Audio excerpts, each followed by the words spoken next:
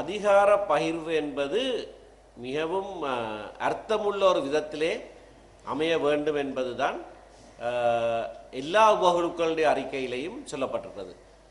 மாகாணங்களுக்கு கூடுதலான அதிகாரங்கள் வழங்கப்பட வேண்டும்.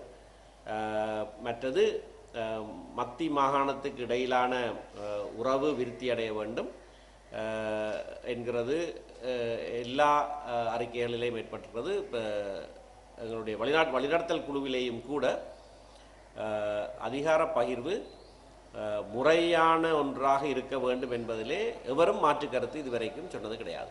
நேற்றைய தினம் பத்திரிகைகளிலே நாங்கள் பார்த்திருப்போம்.